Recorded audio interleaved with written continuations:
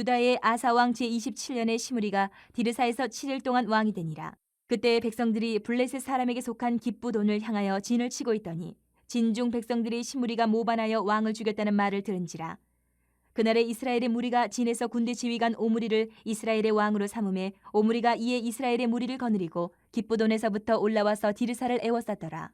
시므리가 성읍이 함락됨을 보고 왕궁 요새에 들어가서 왕궁에 불을 지르고 그 가운데서 죽었으니 이는 그가 여호와 보시기에 악을 행하여 범죄하였기 때문이니라. 그가 여로보암의 길로 행하며 그가 이스라엘에게 죄를 범하게 한 그 죄 중에 행하였더라. 시므리의 남은 행위와 그가 반역한 일은 이스라엘 왕 역대지략에 기록되지 아니하였느냐. 그때 이스라엘 백성이 둘로 나뉘어 그 절반은 기낫의 아들 디브니를 따라 그를 왕으로 삼으려 하고 그 절반은 오므리를 따랐더니 오므리를 따른 백성이 기낫의 아들 디브니를 따른 백성을 이긴지라. 디므리가 죽음에 오므리가 왕이 되니라. 유다의 아사왕 제31년에 오므리가 이스라엘의 왕이 되어 12년 동안 왕위했으며 디르사에서 6년 동안 다스리니라. 그가 은 2달란트로 세멜에게서 사마리아 산을 사고 그 산 위에 성읍을 건축하고 그 건축한 성읍 이름을 그 산 주인이었던 세멜의 이름을 따라 사마리아라 일컬었더라. 오므리가 여호와 보시기에 악을 행하되 그 전에 모든 사람보다 더욱 악하게 행하여 느밧의 아들 여로보암의 모든 길로 행하며 그가 이스라엘에게 죄를 범하게 한 그 죄 중에 행하여 그들의 헛된 것들로 이스라엘의 하나님 여호와를 노하시게 하였더라. 오므리가 행한 그 남은 사적과 그가 부린 권세는 이스라엘 왕 역대지략에 기록되지 아니하였느냐. 오므리가 그의 조상들과 함께 자매 사마리아에 장사되고 그의 아들 아합이 대신하여 왕이 되니라. 유다의 아사왕 제38년에 오므리의 아들 아합이 이스라엘의 왕이 되니라. 오므리의 아들 아합이 사마리아에서 22년 동안 이스라엘을 다스리니라. 오므리의 아들 아합이 그의 이전의 모든 사람보다 여호와 보시기에 악을 더욱 행하여 느밧의 아들 여로보암의 죄를 따라 행하는 것을 오히려 가볍게 여기며 시돈 사람의 왕 엣바알의 딸 이세벨을 아내로 삼고 가서 바알을 섬겨 예배하고 사마리아에 건축한 바알의 신전 안에 바알을 위하여 제단을 쌓으며 또 아세라상을 만들었으니 그는 그 이전에 이스라엘의 모든 왕보다 심히 이스라엘 하나님 여호와를 노하시게 하였더라. 그 시대에 베델 사람 히엘이 여리고를 건축하였는데 그가 그 터를 쌓을 때에 맏아들 아비람을 잃었고 그 성문을 세울 때에 막내 아들 수굽을 잃었으니 여호와께서 눈의 아들 여호수아를 통하여 하신 말씀과 같이 되었더라. 우리가 살아가면서 우리가 싫든지 좋든지 누군가의 평가를 받게 됩니다. 자기 스스로 만족하고 다른 사람도 좋고 이런 평가를 받으면 좋죠. 나도 좋고 너도 좋고. 하지만 가장 중요한 것은 무엇보다 중요한 평가는 하나님의 평가가 어떤가. 그게 가장 중요한 겁니다. 욕심은 우리를 죄에 빠뜨립니다. 욕심에 빠지게 되면 극단적인 행동을 하게 되고 그 결말은 좋지 못하게 되죠. 오늘 우리가 길게 읽은 이 본문에 중요한 사람 4사람이 나옵니다. 시므리, 오므리, 아합, 히엘 이 4사람이 나오는데 이들의 이야기를 통해서 욕심 또는 권력욕에 빠진 사람들이 하나님께 어떤 평가를 받고 어떤 결말을 맞이하는지 우리가 살펴보면서 교훈을 받기를 바랍니다.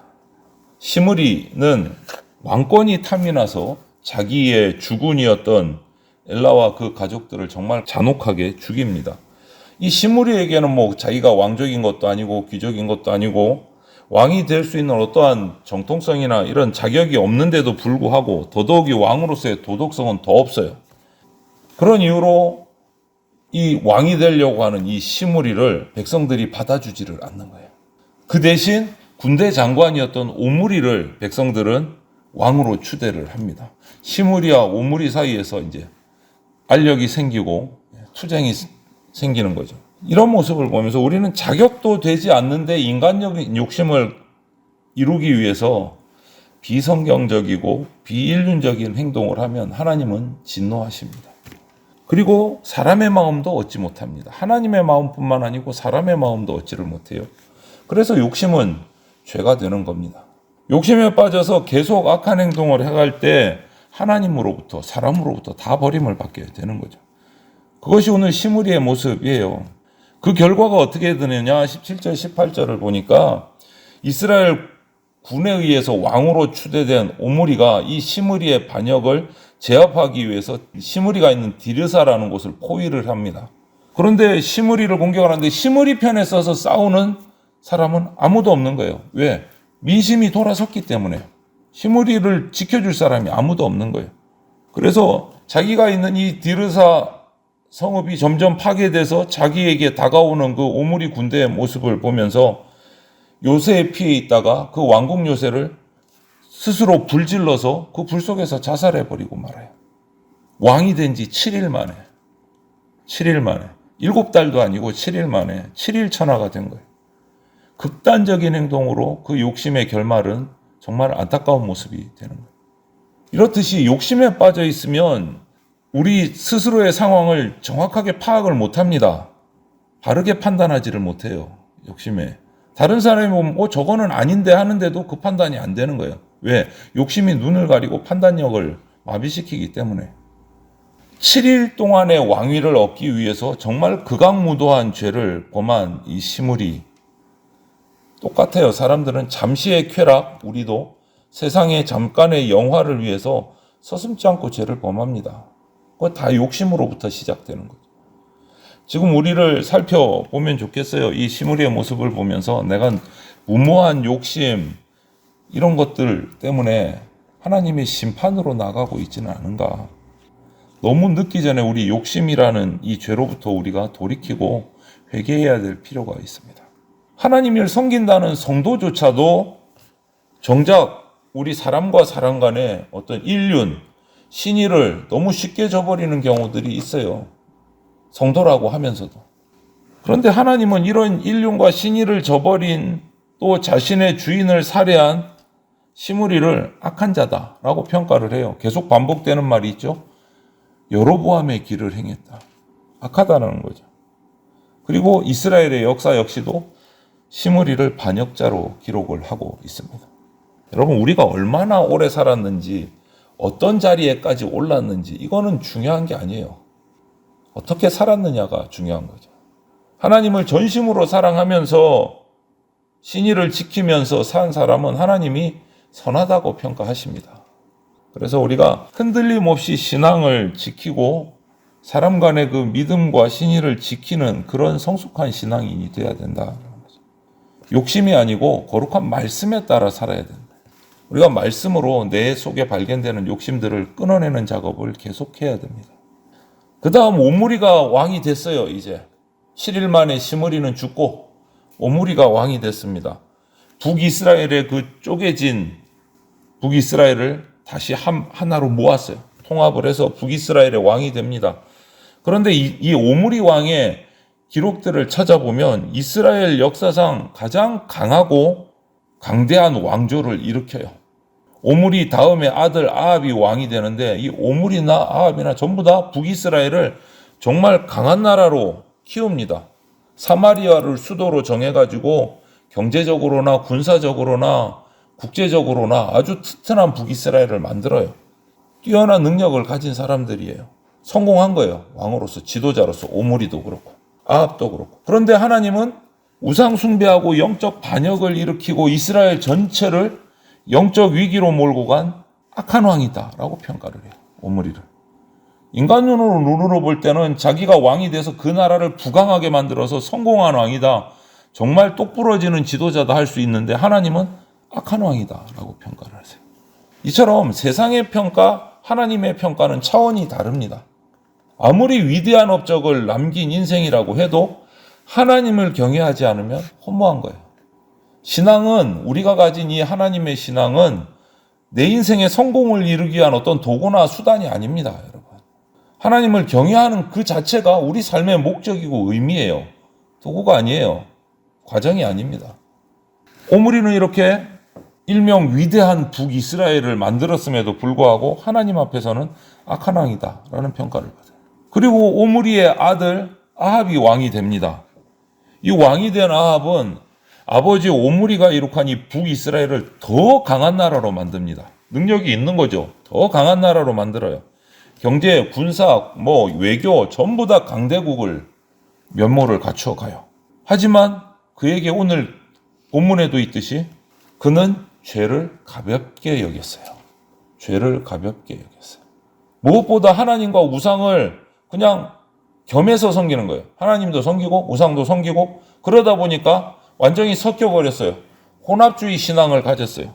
이교적인 기반을 다지는 거예요. 하나님 보시기에 가장 악한 왕이다.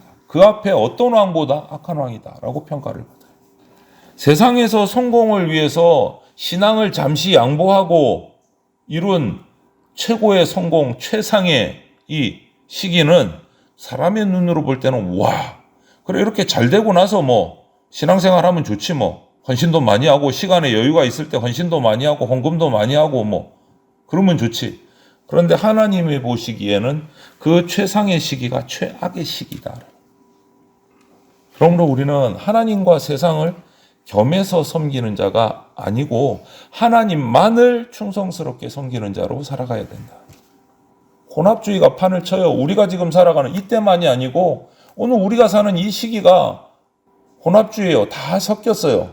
이래도 좋고 저래도 좋고 가장 좋은 거는 내가 좋아하는 거. 각자 소견에 옳은 대로 살아가는 거예요. 섞여가지고. 그런 세상을 우리가 살아가고 있는데 그런 세상 속에서 우리가 하나님만을 경외해야 된다. 그때 세상의 모든 것들을 상대적으로 작게 여길 수 있습니다. 하나님만을 제대로 섬길 때. 아합의 평가는 뭡니까? 가장 악한 왕. 여로보암의 길을 따라가는 왕이에요. 사람이 보는 눈과 하나님이 보는 평가의 기준은 완전히 다릅니다.